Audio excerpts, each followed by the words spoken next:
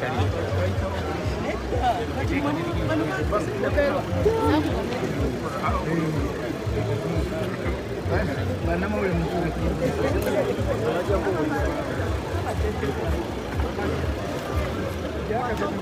going to do the signing, then I come and nominate General Ali from here.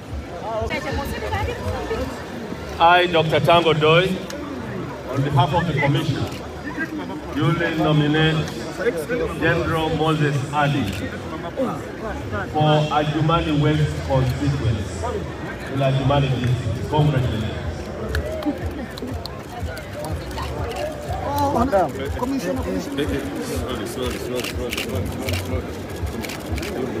Thank you. Yes, alright. Oli ku Yugi Update TV kosinzo bwa ngo tuwuliriza akatambi ako kolaba kenkutereddeko kabadde ka omukulu Moses Ali mkwatangabo musajja nfanfe wa Mwami Kaguta Museveni ne wankubadde mu mbeera gy'alimu era agamba entebe akyajagala ogisigalamu.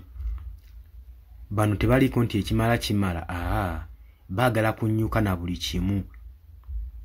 Kakati nno West Nile District over Adjumani leero lwako dominatinze naye akoze amawulire oluvannyuma lw'okuzaawo forms ku NRM zali apiikinzeeyo era Tango Doi agenze maaso n'omunominatinga n'omulangirira newankubadde abadde tasobola nomination azikoledde mu mmotoka ye. Ewiiki ewedde abadde mulwadde nnyo ng'era tasobola kuyimirira saako n'okwogera. Jjukira Moses Ali myaka 86 egy'obukulu era nga Third Deputy Prime Minister era nga wamu Deputy Leader of Government Business mu Parliament. Leero abadde talina maanyi googera, abadde tasobola wadde kumugunyamu kigambo na kimu. Awo ne twebuuza ensi ne yeewuunya era neewulinkiriza. Omuntu ng'ono w'emyaka 86 agenda maaso n'okufeesinga obulwadde obugenda maaso n'omucunya yandibadde waka ng'awummudde ng'aconcentratinze ku by'obulwadde bye ng'agenda maaso n'okwejjanjaba okulaga embeera ye ey'obulamu eriwo etya era eyimiridde etya. Naye kyewuunyisa nti ne mu kaseera akazibu era alaga nti akyayagala kuparticipatinga mu politics, tayagala kulekera mijiji mito kugenda maaso na kubaako gye gyekolera. Lwakiri ye okufa n'entebe ye Moses Ali. Ekibabonyabonya tetukitegeera wabula mu katambi kakulaga okubuyaana n'embeera embi General Moses Ali gy'alimu. Kano kabaga kabonero akakulaga nti nno abakulembeze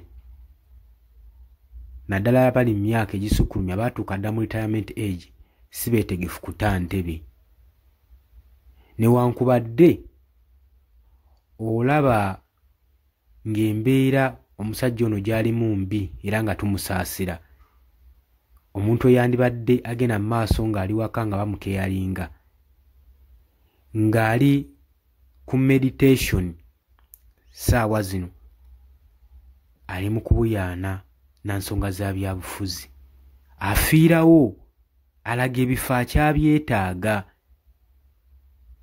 So embeera eno twongere ogisabirako bannayuganda kubanga eggwanga ligenda sigala nga lyennyamidde ng'emijiji emito tegirina bwogerero.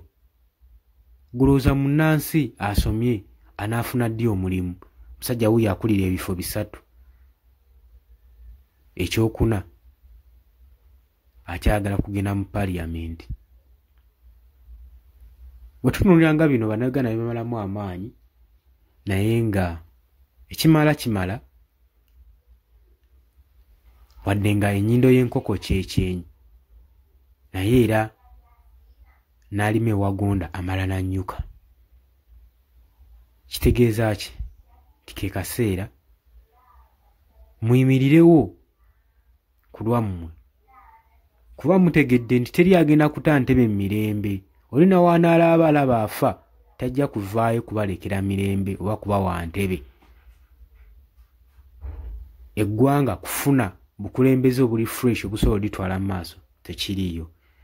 Kati ekyokusalawo kisigadde nga kiri mu mikono gyo gwe nga Munnayuganda ku ki ky'olondawo eizo okufuga oba okuleeta enkyukakyuka mu ggwanga lyo.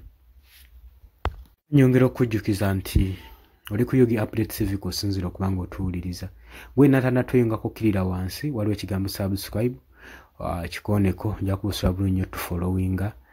Twerabirako na mukadde kakuyambeko nnyo okuleetera notification message okusobola okulaba nga obeera alert ku information yonna ebeereze gwe mukwano gange ali eyo ampuliriza.